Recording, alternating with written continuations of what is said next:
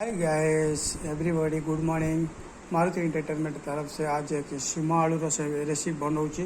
देखो सीमा आलू पियाज अदा रसुण कंचा लंका टमाटर और किसी मसला पाउडर मु रेडी कर सारा। एबे आमे प्रस्तुत करवा।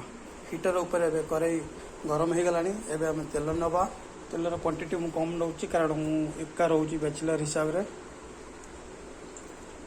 तेल गरम हो गलानी। मुझे पियाज अदा कंचा लंका फ्राए करुँची। एबे मु आगे किसी पियाज मिश्रण करुँची कटा पियाज।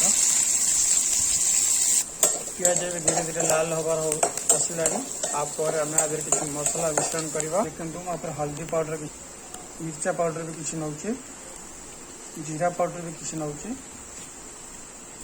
मिक्स गरम मसला नौचे आगे किसी टमाटर किसी नौचे। देखो आपन भी ये करेंगे। मसला किसी स्वाद हिसाब से सल्ट पकाउची आपन भी पछरे नहीं पारे। मसला 50-60% ही आसला।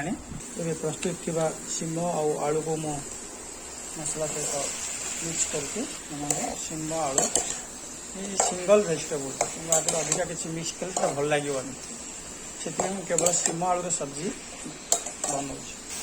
बुट भी आगे मिक्स कली पानी में भिजे रखी टेस्ट आहरी भल हाँपाई किसी समय मिक्स कर सारापर 5-10 मिनट आपको गोटे कवर में घोरे दबा। देखो मुझे घोरणी देदेली मसला सहित मुझे रोस्ट कर सारा 40% रोस्ट सरला। मुझे किसी पानी नेबी मुझे मिनरल वाटर नौ आप नॉर्मल पानी भी नहीं पारे। एवं चलते आम रेसिपी देखा। देखो सीम आलू तरकारी अलरेडी रेडी हो गलानी सरी गलानी आसी। एबे देखंतु आपण यही टाइप रो बनातु अन्य मानक शिखातु।